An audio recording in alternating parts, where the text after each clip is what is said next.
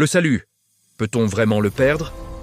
Le salut, un mot simple mais une réalité extrêmement profonde. Depuis des siècles, une question divise les croyants, les théologiens, les prédicateurs. Un croyant peut-il perdre son salut? Avant de répondre, il faut comprendre une chose essentielle. Le salut n'est pas un événement unique. Le salut est une œuvre complète, une réalité en 3 dimensions. Si tu ne comprends pas cela, tu vas forcément te tromper.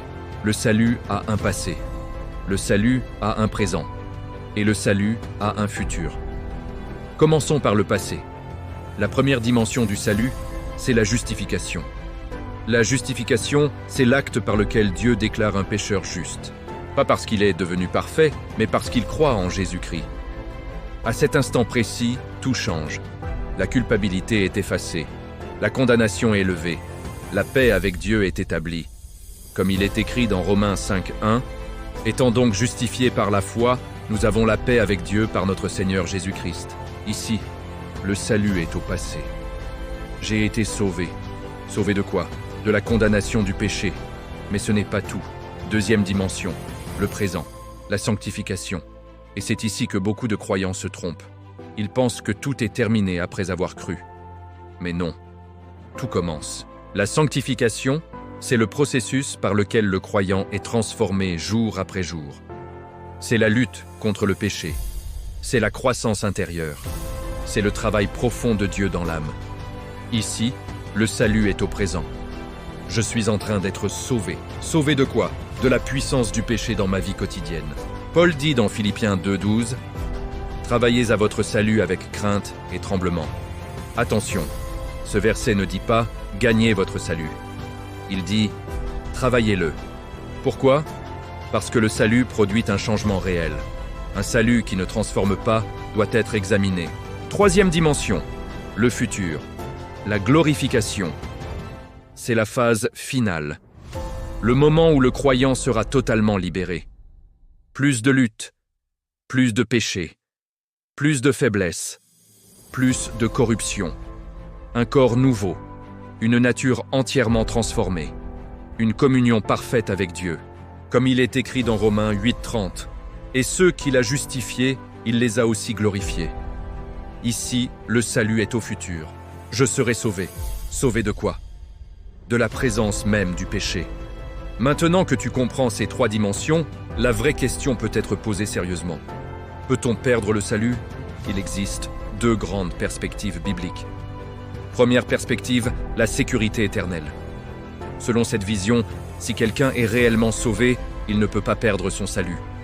Pourquoi? Parce que le salut vient de Dieu, et ce que Dieu fait, il le fait parfaitement.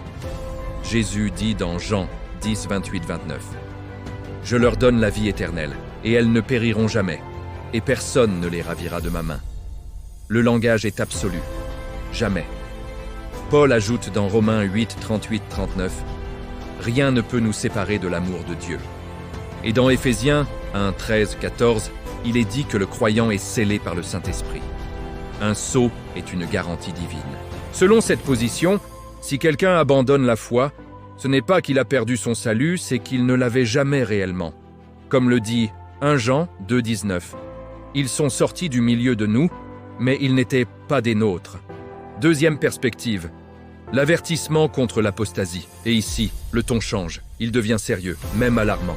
Certains textes bibliques mettent en garde contre un danger réel, celui de se détourner volontairement de Dieu. Dans Hébreux 6:4-6, il est écrit qu'il est impossible de ramener à la repentance ceux qui ont été éclairés et qui sont tombés. Dans 2 Pierre 2:20-21, il est dit que certains retournent à leur ancienne vie et que leur état devient pire qu'avant. Dans Apocalypse 3:5, Jésus parle même d'effacer un nom du livre de vie. Ce sont des avertissements. Ils montrent que la foi n'est pas un jeu. La grâce n'est pas une excuse. La relation avec Dieu n'est pas automatique. Alors qui a raison? La vérité est plus profonde que le débat. La Bible ne nous pousse ni à l'orgueil spirituel, ni à la peur permanente. Elle nous pousse à une vie réelle. Une vie où la grâce est reçue et où la fidélité est vécue. Une chose est certaine, un véritable salut produit des fruits. Un véritable salut transforme. Un véritable salut persévère. Et si quelqu'un abandonne complètement la foi, la vraie question n'est pas seulement « a-t-il perdu son salut ?» La vraie question est « avait-il réellement connu Dieu ?» Comme le dit encore 1 Jean 2, 19. Voici la synthèse. Le salut est une œuvre de grâce. Mais cette grâce n'est pas passive. Elle transforme, elle engage, elle appelle à la fidélité. Le croyant ne vit ni dans la négligence ni dans la panique. Il veille, il prie, il marche, il persévère. Parce qu'il comprend une chose, le salut n'est pas un simple ticket pour le ciel, c'est une vie avec Dieu. Et cette vie doit être entretenue. Alors ne te contente pas de dire « je suis sauvé ». Pose-toi plutôt cette question, est-ce que ma vie prouve que je marche réellement avec Dieu ? Parce qu'à la fin, ce ne sont pas les mots qui sauveront, mais la réalité d'une relation vivante avec Christ. Veille, prie et avance. Message du prophète Élisée Kongolo.